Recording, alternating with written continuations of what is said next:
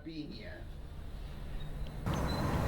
La ausencia es una rapiña, un arrancón, un hueco, un arrebato, es el sordo alarido de los mudos, es un relincho ciego, un niño muerto, un ángel quemándose en el aire, es un caballo desbocado sin corcel ni jinete, es una araña roja pespunteada de negro, es el lugar donde existió un latido, un corazón enredoblante, un estallido de campanas, un huracán, una tormenta, una brisa, una caricia, una voz y luego, ahora, un eco sin comienzo, sin fin y sin sonido.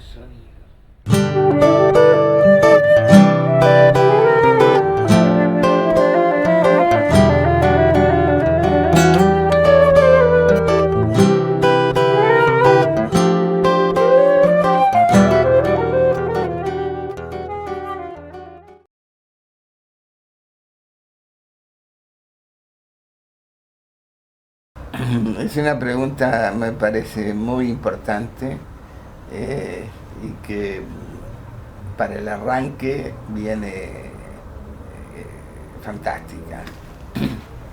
Yo creo que primero el poeta escribe lo que puede. Creo que hay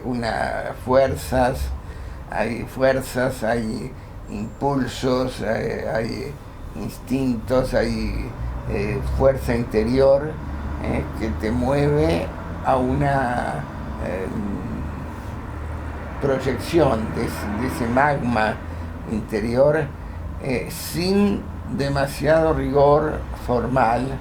Y cuando me refiero a rigor formal no estoy hablando de la métrica ni de la rima, nada de eso, sino a darle forma como el escultor con la arcilla, como el pintor con la materia plástica, con los colores, a darle forma, porque no hay arte sin forma.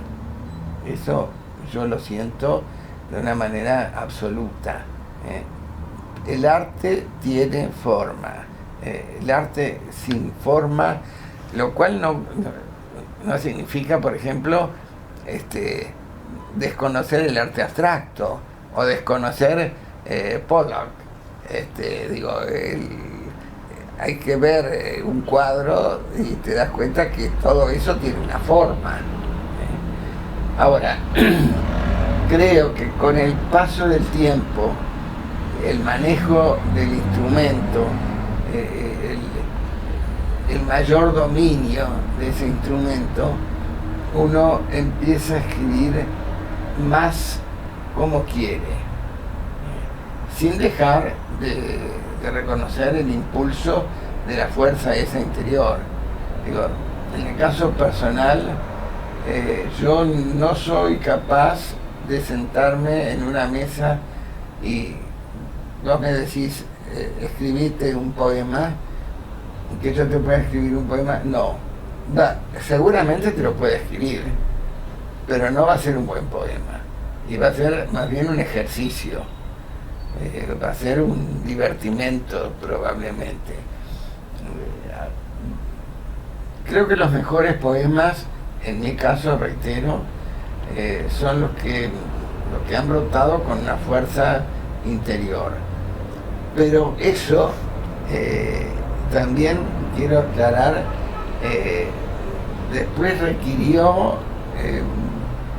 muchas versiones, muchos cambios, cortes, tijeretazos, incluso distintas versiones. Por ejemplo, el poema a Federico, que es un poema largo, ya la lectura solo te lleva como 10 minutos, tuvo 14 versiones. 14 versiones que van desde el quiebre de un verso, al poner una coma, al cambiarla de lugar, al poner un espacio. Los blancos son importantísimos, es decir, todo lo que configura eso que se llama forma.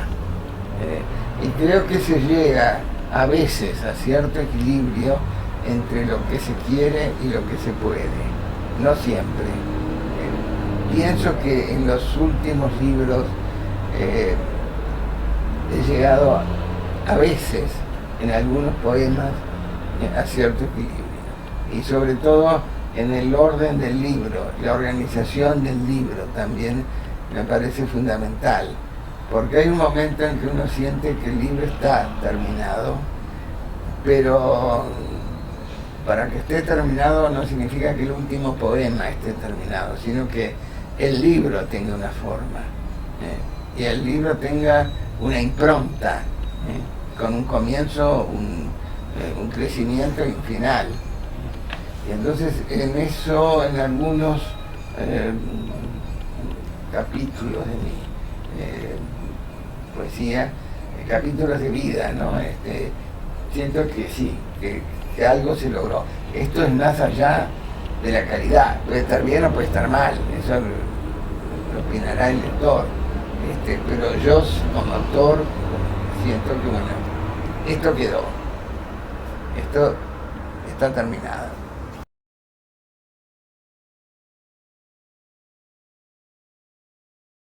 Bueno, reitero, creo que en los primeros, me refiero quizá al primero. El primero sí, fue un conjunto de poemas. Sangre de la Luz.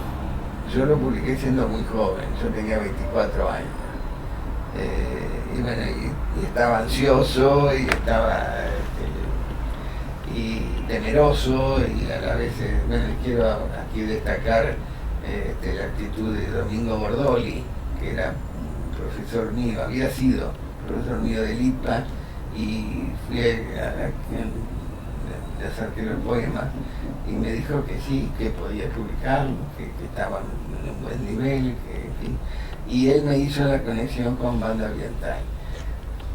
Ahí se produce todo eso, ese magma que sale, juvenil, fue bien recibido, felizmente. Pero ya en el segundo hay una estructura, ya en los instantes hay una estructura que se fue haciendo sola. Hay tres partes, y bueno, se fue haciendo sola, y después ahí yo me di cuenta la diferencia entre un poemario y un libro de poemas, y siempre busqué que tuviera, siempre busqué la forma del poemario, de que el libro tuviera una estructura, de que el libro en sí tuviera una estructura y que fuera un signo determinado, ¿no? Distinto de los poemas, ¿no? Distinto del conjunto de los poemas. Casi te diría como un poema más el libro en sí mismo, ¿no? Digo, por ejemplo, uno que es muy claro fue La Sagrada Familia. Otro que es muy claro es el último, Parecido a la Noche. En un momento aparecieron los personajes homéricos, era uno tras de otro, casi diariamente, y después un día se terminó. Y yo me quedé con deseos de haber querido escribir desde, porque no es sobre, sino desde la perspectiva de algún personaje, ahora no te puedo decir alguno especialmente, y me di cuenta que quedaba forzado, que quedaba totalmente forzado y que nada que ver con lo anterior. Eso uno lo siente inmediatamente, ¿no? Cuando algo fluye y algo... En cambio, por ejemplo, con la figura de Andrómaca, que fue de las últimas, sentí que encajaba, porque empezó por otra cosa. Andrómaca empezó por una conversación telefónica con un amigo que estaba viviendo en Canadá. Entonces empezó a hablar de la nieve y la incomodidad de la nieve, la situación de la nieve y esto, lo otro, y aquí estábamos en verano, con calor, en fin. y la imagen de la nieve, la imagen del frío, me fue ese paisaje blanco, que es un paisaje casi de la nada, casi del vacío absoluto, que se me representó con el devenir del destino de Andrómaca, ¿no? De esposa del príncipe a ser esclava, y después ni siquiera se sabe muy bien cómo termina, porque los diferentes autores y los diferentes mitos dan sus versiones originales, o cada uno sus versiones personales. Entonces esa nebulosa, fíjate de dónde viene la imagen, ¿no? Es decir, la poesía reside en todo absolutamente, porque empieza, alguien me habla de la nieve y yo no la veo porque es una conversación telefónica, y bueno, y eso me lleva, yo estaba imbuido en un clima, ¿no? En el clima de Homero, y bueno, y ahí salió Andrómaca, que vino después de los otros. No, el último poema de ese libro, de esa sección, es Los caballos de Aquiles. A mí siempre me impresionó mucho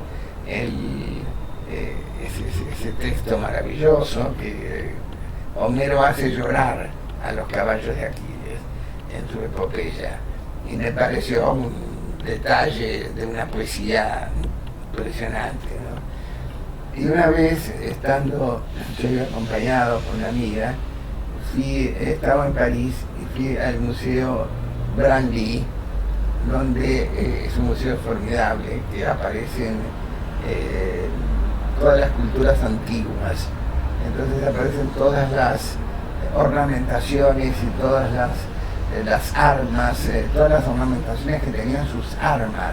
El arte, tanto en las cuestiones cotidianas, como era la cocina, el arte culinario, como en el arte de la guerra, porque los pueblos eran guerreros.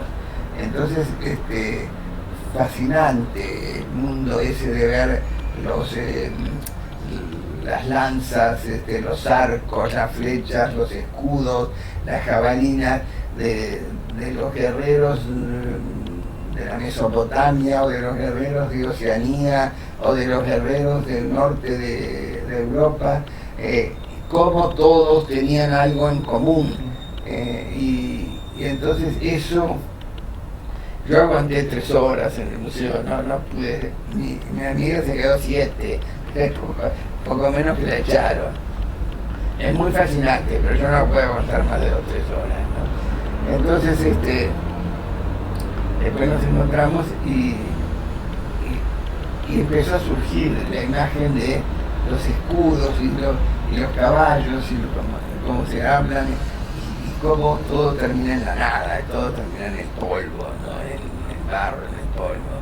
Es decir, que la experiencia de la visual, de las armas, de la humanidad, armas para la destrucción siempre, para la guerra, me inspiró para recordar los caballos de Aquiles que Homero hace llorar. Es decir, que todo fluye, todo, nada está separado por compartimentos, ¿no? Entonces yo me fui a las 3 horas, pero escribí el poema. Y después se me tocó Claro.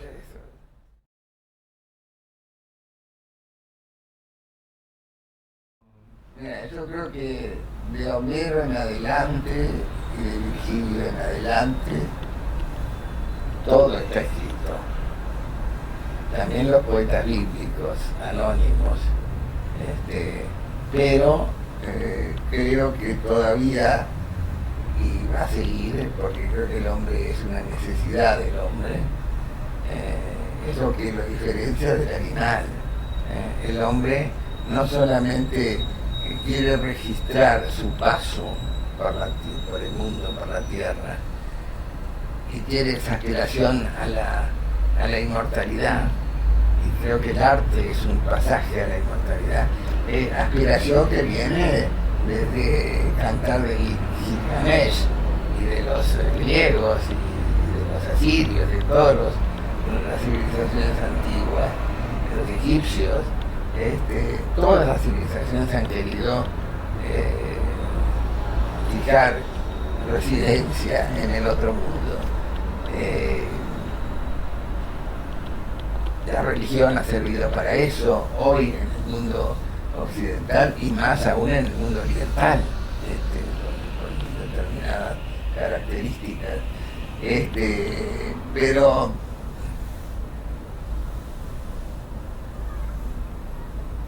si me preguntas, yo creo que no. Yo pienso, yo valoro y respeto mucho la tradición, lo cual no significa la arqueología, que queda una cosa bien diferente entre escribir arqueológicamente y escribir respetando la tradición. Se puede escribir sonetos a las mil maravillas, pero si van a ser iguales a los sonetos de Garcilaso, ya los escribió Garcilaso. Claro. Y los escribió muy bien. Garcilaso, López, Quevedo. Entonces, para escribir un soneto igual a los que hacían ellos, no sé, digo, yo también he escrito sonetos, me puse la prueba de hacer sonetos, los hice, es un esfuerzo descomunal. A mí me resultó muy difícil. Hice una serie de 10 sonetos en El Oficiante y después sentí que el 11º podía haber seguido, porque después te queda el tintineo del endecasílabo y la rima. Podría haber seguido, pero ya sentí que era forzar. Entonces, cuando la cosa viene forzada, yo prefiero cortarla, dejarla. Pero sí se puede escribir sonetos, por ejemplo, los sonetos de Borges son impresionantes, y Borges lo que hace es desarmar el verso e impone el encabalgamiento. Entonces, de esa manera, toda la construcción del poema se recompone de una manera diferente. Los sonetos de Benavides son estupendos también. Y tampoco están en esa onda de la imitación. Este muchacho Cavallo también escribe muy buenos sonetos, Horacio Cavallo, sonetos realmente espléndidos. Y después he visto sonetos también con esa rima rengueante, esa rima cantando, bailando, no, forzando una rima o una rima tan fácil, no, entonces evitar lo obvio. Creo que en poesía debe evitarse lo obvio, pero no por eso ir a la excentricidad. No por evitar lo obvio se debe caer en lo hermético o en lo excéntrico. Por eso está todo dicho, sí, eso yo te digo que sí, que está todo dicho, pero creo que se puede volver a decir eso con tu propia voz. Pienso que el poeta, especialmente el joven poeta o el nuevo poeta, no tiene que temerle a las influencias. Al contrario, debe leer todo lo que pueda y tiene que tener conocimiento de todo lo más que pueda. Que después de digerir, de absorber todo eso, de digerirlo, de metabolizarlo, si hay algo que él tiene que decir, con una voz y una modulación propias, va a decirlo. Si no, va a imitar.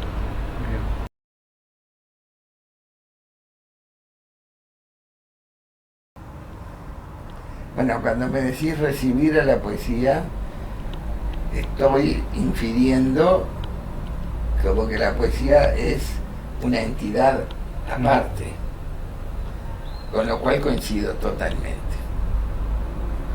Yo soy de los que considero que sí, que la poesía existe per se. Y soy en ese sentido consecuente con Becker. podrá no haber poesía. Podrá no haber poetas, pero siempre habrá poesía. Poeta mayor y uno de los primeros grandes poetas contemporáneos. El poeta que puede resumir una historia en 4 versos, y que te dice una historia resumiendo 4 versos: asomaba a sus ojos una lágrima y a su labio, una frase de perdón habló el orgullo y se enjugó su llanto, y la frase en mis labios expiró. Yo voy por un camino, ella por otro, pero al pensar en nuestro mutuo amor, yo digo aún, ¿por qué callé aquel día? Y ella dirá, ¿por qué no lloré yo? Ahí está toda una historia de encuentros, desencuentros, desarraigos, y está toda la historia del amor romántico y del amor universal. Y creo que ese es un gran poeta, Becker, también mal mirado muchas veces porque ha sido muy manoseado, pero sigue siendo un poeta mayor. Yo creo que todo el mundo puede crear poesía, más alta, más baja, más mediana. Digo, creo que tenemos la facultad democrática de que la poesía puede estar al alcance de todos nosotros, no los talentos. Los talentos no son todos iguales. Digo, en el mundo puede aparecer un Lope, y bueno, eso de que aparezca un Lope, un Quevedo, un Góngora y un Cervantes en un mismo siglo es un caso absolutamente excepcional, pero en general aparece una vez cada tanto. Un poeta como Rubén Darío, digo, los otros poetas modernistas no tienen ese peso, digo, no te acordás de sus nombres, te acordarás de repente de algún verso, pero el peso de Rubén Darío, esa concentración que tienen las palabras en Darío, no es la torcaz benigna ni es el cuervo protervo, son formas del enigma la paloma y el cuervo. Poesía pura, no hay ni siquiera una metáfora, no hay una comparación, no es la torcaz o aquel manido y llevado y también envilecido poema Los motivos del lobo, cuando Darío le hace decir a Francisco, le pregunta ¿por qué actúas así? Le pregunta el lobo de Nubia, y el lobo le dice: en el hombre existe mala levadura. La frase, claro, no hay que sacarla de contexto. En el contexto, en el hombre existe mala levadura, y Francisco se va, no le contesta, ahí está el misterio de la poesía. No tiene palabras para responderle a la terrible verdad que le dice el lobo, y entonces se va por el bosque y dice, y pronunciaba aquellas palabras que decían: Padre nuestro que estás en los cielos. Yo creo que es un gran poema de una época, pero es un gran poema. Y Darío es un gran poeta, impresionante.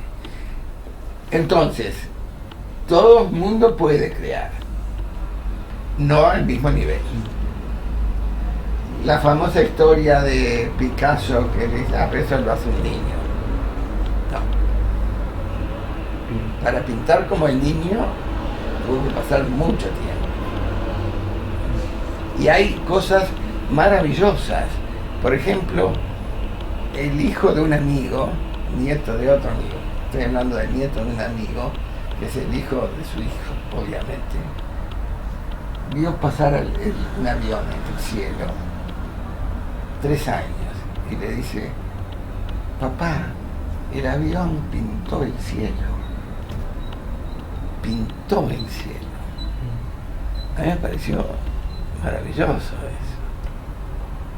Y el gurí está jugando después con su pelota, su bicicleta, pero lo que le salió fue: pintó el cielo. Es precioso.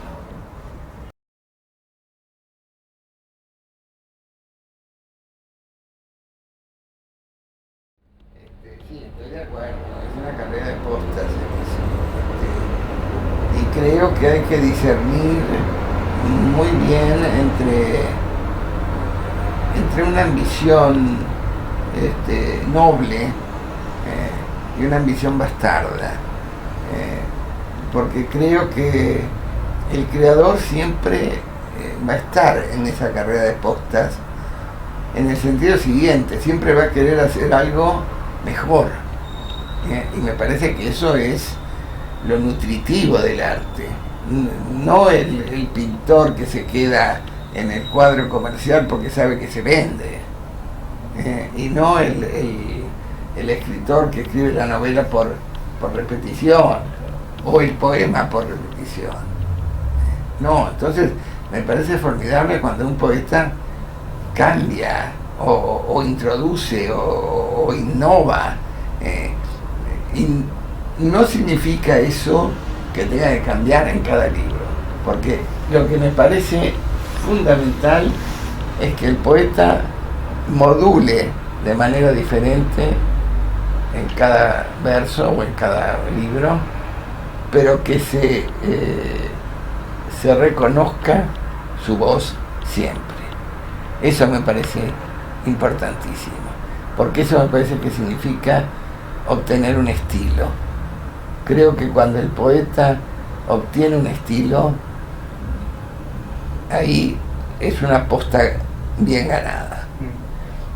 Si uno agarra un libro de Circe, probablemente no encuentre cumbres y llanuras, sino que es una meseta perfecta desde el año 58. Porque yo no sé si el último libro es mejor que En el tiempo.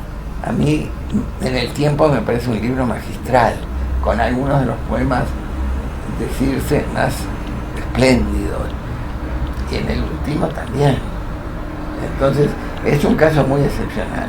Como otro caso excepcional, pero ya ahí hay más diferencia. Marosa. Se ha dicho hasta el cansancio que Marosa se reitera, que Marosa se repite, que si uno lee un poema de Marosa ya los leyó todos, y no es así, porque los poemas de Marosa arman una especie de círculos concéntricos, como si al agua tiras una piedra y se van elaborando los círculos, y cada vez los círculos de los últimos libros son círculos donde penetra lo diabólico, lo cruel, lo perverso, la blasfemia y el horror. Y bueno, no es todo igual. El mundo vegetal casi adánico de los primeros, ese jardín natal, en los últimos libros no sigue apareciendo, pero ya hay otras cosas, hay otras cosas terribles. También en Circe se notan algunas grietas en algunas cosas, y voy a decir algo que es difícil de decir en este país.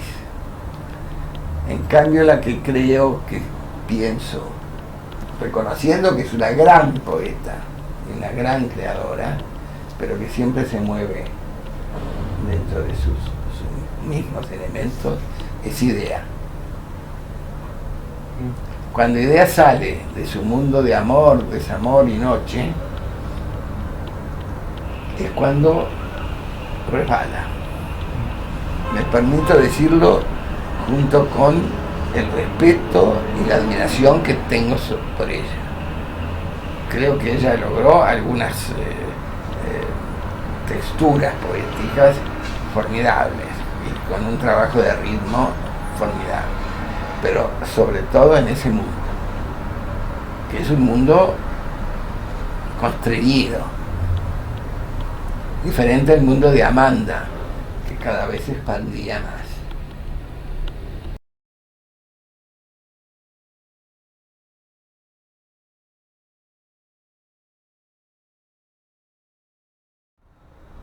creo que no es privativo de Uruguay.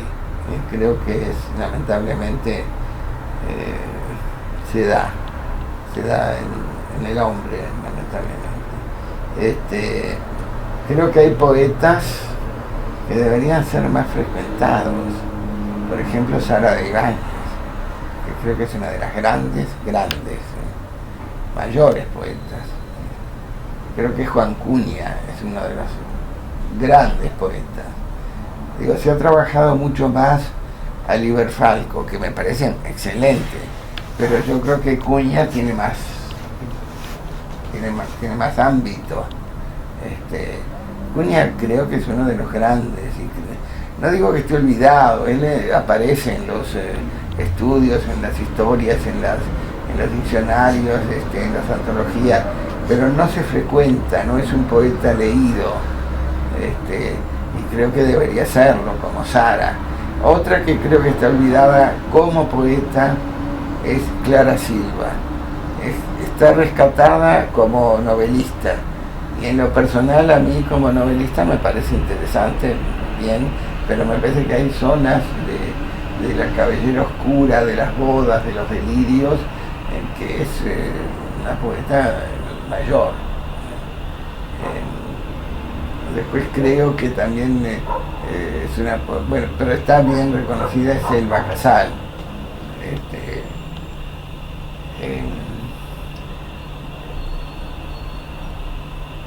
Siempre quedan algunos poetas en el camino, ¿no? No sé, en este momento no quiero dar más nombres.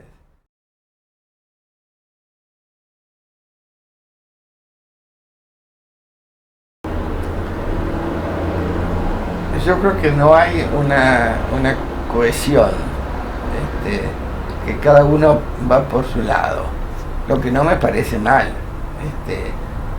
pero desde el punto de vista simplemente que no se puede decir la poesía del 2015 en Uruguay es así, no, hay mucha diversidad, lo que me parece muy bien. También hay mucho macanazo, pero ahí no voy a decir nombre, pero hay mucho macanazo. Hay mucho macanazo porque se busca, se busca lo excéntrico, se busca lo diferente, lo que nunca se haya dicho, y bueno,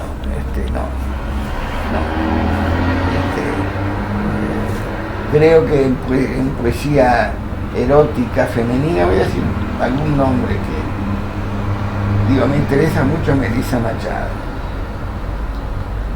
Creo que ella elabora, trabaja con el lenguaje, dice una cosa, lo retuerce, y acá que hay una gran tradición de poesía erótica femenina, manejarse en ese terreno no es fácil, ¿no? Y creo que, digo, no establezco comparaciones, pero creo que hay tres grandes poetas eróticas en el Uruguay, que son Delmira Agustini, Juana de Ibarburu y Idea, cada una con un punto diferente. Ahora se está estudiando más a Delmira, sacándola un poco de la leyenda y de la biografía.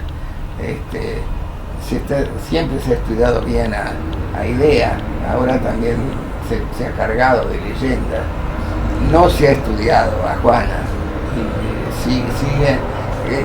se ha cambiado mucho la perspectiva. Desde que yo era joven y cuando empecé a trabajar sobre ella, se ha cambiado muchísimo, porque en el año los 60 y 70 hasta hoy ha cambiado radicalmente, de lo cual me siento muy orgulloso. Estoy más orgulloso de ese trabajo que del trabajo poético personal mío, porque yo traté junto con Andrés Echevarría de dar vuelta a una situación que me parecía de una injusticia absoluta, porque provenía de un prejuicio absoluto, total, y creo que en ese prejuicio provenía de un resentimiento, como lo ha dicho, Carlos Maggi ha dicho cosas, pero porque no ha leído, Yo tengo una carta pública escrita a Carlos Maggi, bueno, que lea y después que opine. Incluso ahora estoy leyendo esta revista que acaba de salir de la Biblioteca Nacional, me parece que está muy bien armada por Ana Inés Larre Borges, sobre IDEA, y está el epistolario de IDEA con distintas figuras, y hay una carta que IDEA le manda a Rodríguez Monegal cuando él está en Cambridge y ella está acá, y están armando una de las revistas, de los números, de la revista Número, justamente. La IDEA le dice casi textualmente, tengo la revista allí, pero no la voy a buscar porque no la voy a encontrar. Pocas novedades por acá. Salió un libro de Juana que lo voy a reseñar. Voy a intentar hacerlo despojada de prejuicios, algo así. Es decir, que ya existe el prejuicio. Ya desde el momento en que dice eso, está diciendo así, pero ostensiblemente o con obviedad, que va a criticar ese libro con prejuicio. Y ese libro le hace una nota muy vaga, muy más bien negativa, y es el libro Perdida, que es uno de los mejores libros de Juana. Ahí IDEA no tuvo perspectiva crítica. Sí la tuvo 30 años después, porque 30 años después ella, y eso habla muy bien de su condición de crítica, habla muy bien de esa profesionalidad que la caracterizaba, cuando escribe, prepara la antología de la poesía femenina latinoamericana, que le dedica muy buen espacio a Juana, y justamente le dedica a los poemas de la vejez de Juana, que siguen siendo poco conocidos, porque la gente no quiere dar el salto para conocer un poeta o una poeta que ha sido escondida, que ha sido arrinconada. Y bueno, están los libros. Con Andrés hemos sacado, y Estuario ha sacado ese libro, Obra Final, y Estuario va a sacar ahora otro. Y en España se acaba de publicar La Pasajera y Perdida, y ahora hay un público absolutamente nuevo, joven, que Juana de Iberburú, Juana de América, no quiere decir, no les dice nada a ellos, público de 30, 40 años, lo que nos podía decir a nosotros, a esta juventud española. Sin embargo, la edición se agotó. La edición de 5.000 ejemplares se agotó y ahora lo va a reeditar. Y en este momento hay un estudiante de Florencia que se está doctorando con un trabajo sobre Juana. Hay una estudiante uruguaya que está trabajando en Nueva York, en la Universidad de Columbia, y se está licenciando con un trabajo sobre Juana. Hay un pedido de una antología con traducción al alemán. Hay un pedido de poemas para integrar un libro de texto de secundaria de Argentina. Yo tengo estos contactos porque hice contacto con el sobrino nieto, que es el único heredero, y él, bueno, yo lo consulto y él me permite, nos permite, porque son trabajos que estamos haciendo con Andrés, y Andrés ha resultado un compañero de ruta formidable. Además es melense, le toca la general de la ley.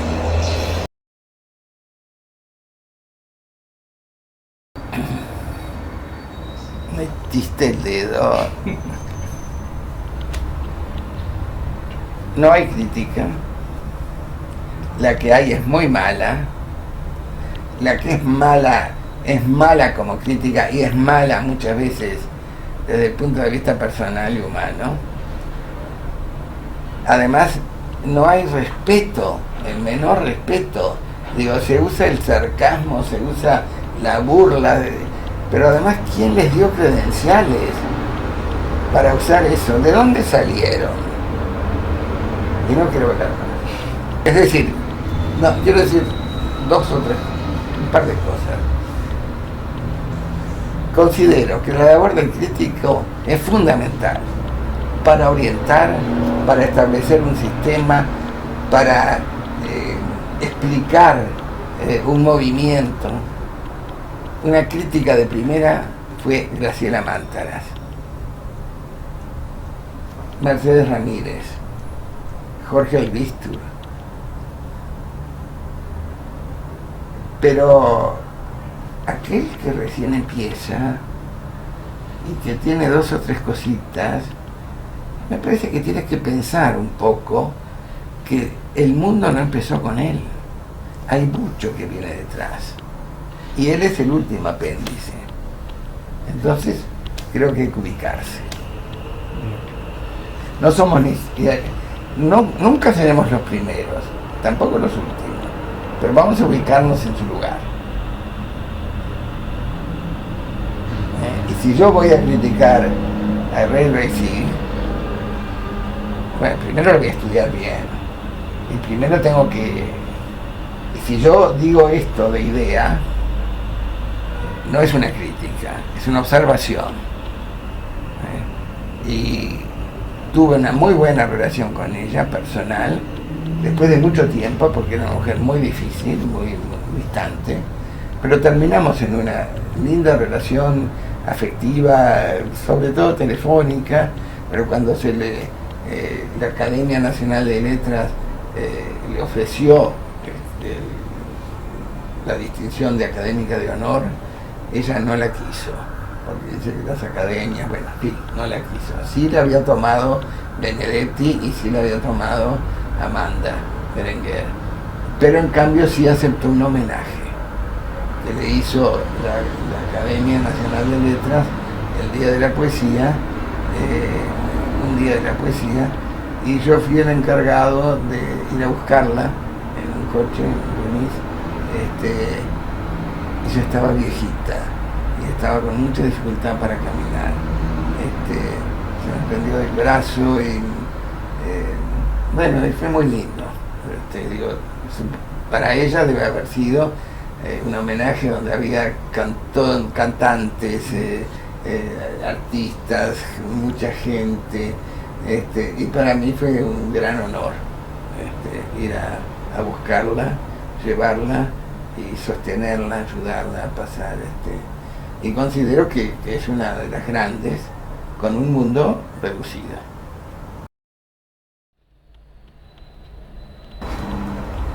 Historia. Voy a llorarme lágrimas adentro, voy a llorarme un llanto como un muro, como una lluvia de lágrimas de aguja, una lluvia con filo sin final. Voy a llorarme un llanto tan largo como un río, tan hondo como el mar. Voy a llorarme hasta encontrar el nudo donde brotan las lágrimas alegres, para buscarte y descubrirte detrás de tanto llanto, más limpio, más claro, más erguido que la luz entera, y rescatarte de adentro de la niebla y arrastrarte a que me cuentes tu juego huérfano en la calle de tu casa, en el porteño barrio Caballito, cuando al mundo mirabas con asombro colgado entre tus dos hermanos, evanescente la sombra de tu padre y de tu madre el párpado temblando. Matrona viuda, empobrecida, más viuda, más extraña y extranjera que su desolación. Voy a pasarte mi mano por la fiebrada frente de tus 5 años, con perpleja sorpresa de ojo abierto y lágrima guardada, con el miedo rotundo entre las piernas, más sólido, más firme, más seguro que el ausente juguete que anhelabas. Voy a pasarte mi caricia enmohecida y marrón de tanta manchadura, como los perros lamen con su lengua la pata lastimada, y voy a acariciarte las rodillas tristes y abrigaré el hueco de tus pies descalzos cuando clamabas sin eco por tu madre, hundido en el silencio de tu desmemoria, entreverados para siempre la noche con el día, quebrados sin rumbo la brújula, la ruta, la huella, tu mirada. Aquí te espero, Padre, entra despacio, ya no hay prisa. Te enseñaré el verdadero perfil de cada cosa. El diario está doblado y en orden la mesa de escribir. Están prontos los lápices para trazar de nuevo nuestra historia.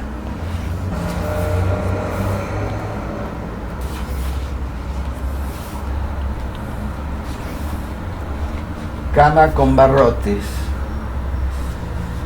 Fue en el tiempo de la humedad, cuando las horas destilan su sudor, en el momento del sonido más grave, en la hora aquella de la cama infantil con los barrotes, para no caerse, para no saltar, para la trampa y para la emboscada, para el designio, el color y el dibujo en filigrana de la culpa, cuando el embrión del pecado asoma su hocico entreverado en el mugido de la baja voz, cuando el hilo del dolor se trenza con la soga del gozo y derrama a la siesta su aceite de estirpe pasionaria, cuando la flor del miedo asciende desplegando su corola nocturna, cuando refulge en oro la danza de pistilo y estambre, entre vueltas con giros de nupcias y combates. La madre tigra lame sus cachorros, en tanto el padre, bocado por bocado, los devora. Lenta, la brisa del perdón los sobrevuela.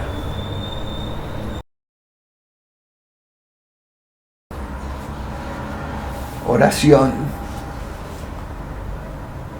No sé si lo contaron, no sé si lo soñé.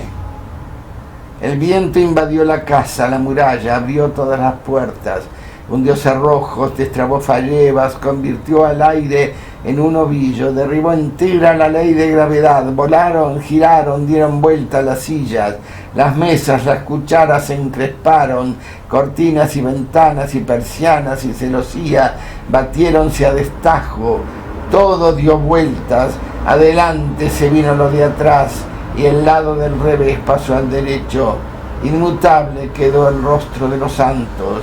Un aceite de sombra ardió en las pilas de turbia agua bendita. Tartamudeó la luz y el cielo fue un embudo sin fondo ni final. Se astilló la cara revolada de la Virgen, su velo de yeso se hizo trizas, se le puso morado el pecho, el ojo, la mirada, las bestias y el niño en el pesebre se rajaron, se hizo polvo la estampa pastoral, y el viento ahora estrella las cosas y las horas contra el suelo, el techo, las paredes, y estalla sin gemir todo con todo. Ni un ruido, ni un sonido, nada suena, porque todo es mudo o porque todo es sordo, o no se entiende bien lo que se escucha nunca. Solo musita el ángel de la guarda, cosas que escucho, pero no oigo. Ángel de la guarda, dulce compañía, no me desampares ni de noche ni de día. Y soy el que habla, y soy el que me escucho. Andrómaca corrió a su encuentro, su rica esposa Andrómaca, Acompañábala una doncella llevando en brazos al tierno infante hermoso como una estrella. Vio el héroe al niño y sonrió silenciosamente. Andrómaca llorosa, haciéndole de la mano, le dijo: Héctor, tú eres mi padre, mi venerable madre y mi hermano, tú mi floreciente esposo. Sé compasivo y quédate en la torre, no hagas a un hijo huérfano y a una mujer viuda. Ilíada, canto sexto. Andrómaca. Poeta, basta, bórrame del verso, de cualquiera, del perfecto, del enclenque, del rengo que en vano aspiró a decir lo que quería, de aquel que pretendió hablar de su dolor a través del áspero crujido de mi voz. Despréndeme la cáscara feroz de la memoria. Deja en carne viva mis harapos murientos. No puedo, no quiero, no soporto mirar al tiempo de antes. No me obligues a ver de nuevo el cadáver de mi esposo arrastrado entre el polvo podrido del combate. No puedo ver de nuevo la caída feroz de mi pequeño, arrojado aquella vez muralla abajo sin miedo ni piedad. No soporto recordar la mano hedionda del dueño de esta esclava posada en mi cintura, cuando un rumor de abeja enardecida me embadurnó de arriba abajo con asco y con placer, confundidos el gozo y el horror. Arráncame la culpa y déjame en la nieve para morirme allí como loba salvaje. Quien ama la nieve reconoce el secreto del otoño.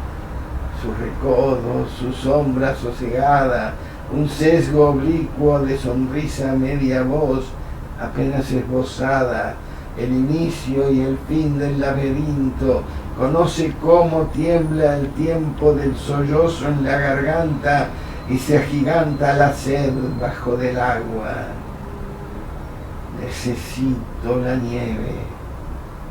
Quien ama la nieve sabe quemarse en su blancura, conoce la ruta opaca que conduce al sordo silencio de su hielo. Necesito la nieve. Detrás, arrinconado, susurra palabras el invierno. Sonidos son que no se entienden, labios exiliados al fin de todo beso. Temblequeo, aterrido tiritar de dientes, baba colgante en asco duradero. Necesito la nieve. En tanto el verano derrama su sudor y un agrio sol arroja su salmuera sobre los hombros agrietados del labriego abierto, viene un viento que acaricia con pluma delicada el amortiguado dolor de primavera. Pero no para mí. Necesito la nieve. Dejadme sola. Ya no distingo la arena ni los cielos. No existe para mí calor ni frío. Debo perderme. No me nombres. Me hundiré en la memoria falaz de cada hombre del tiempo que vendrá con su día, su noche y su desvelo. Tigre. Estaba en el sueño el tigre, sin rayas, ni garra, ni rugido. No era un peluche. No habitaba el territorio de la pesadilla. Tampoco acechaba desde el umbral de la vigilia. Penumbra soñolienta. A tanto tiempo no pude descubrir si me dormí en la caricia de sus uñas o si el tigre al final me devoró.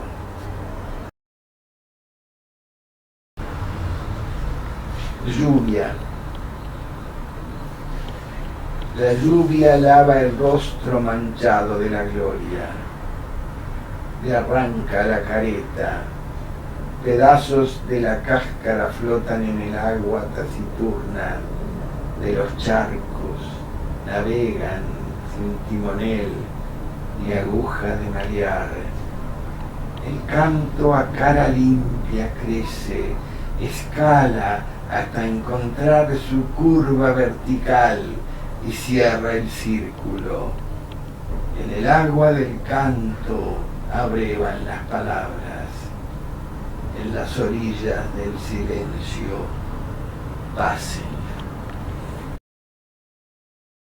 Verano, sandía, abierta, desprendida, sin broches ni botones, le chorreaban los jugos a través del verano, retumbaba la voz salvaje del calor detrás del rojo enardecido.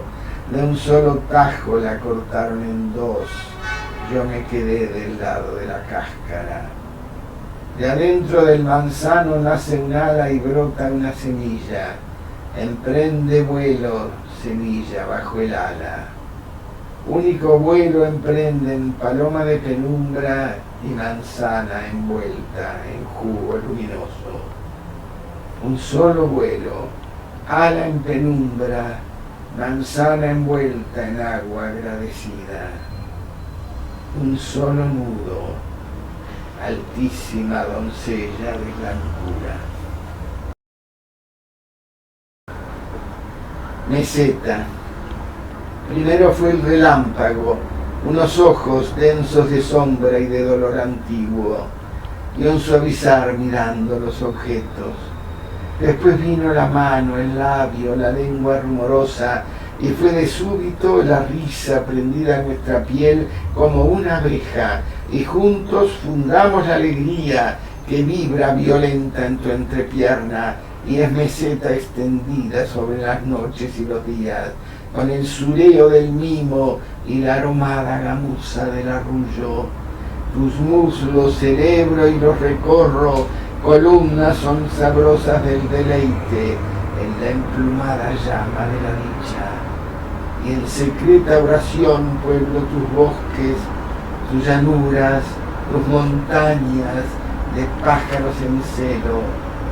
Relumbra en la plenitud hermosa de tu vientre el derrame frutal de tu presencia, príncipe del gozo, tu suspiro. Y es meseta de luz esta alegría.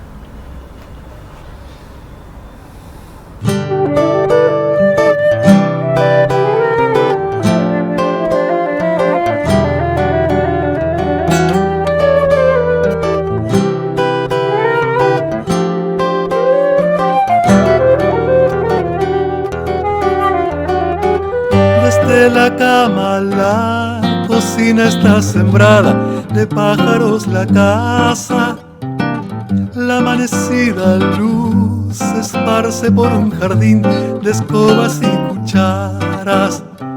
En el cuarto germina sosegado silencio, y en el aire sagrado se esfuman los prodigios.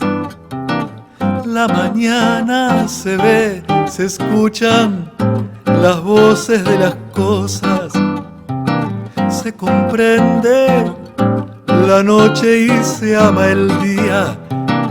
En el cuarto germina sosegado silencio, y en el aire sagrado se esfuman los prodigios.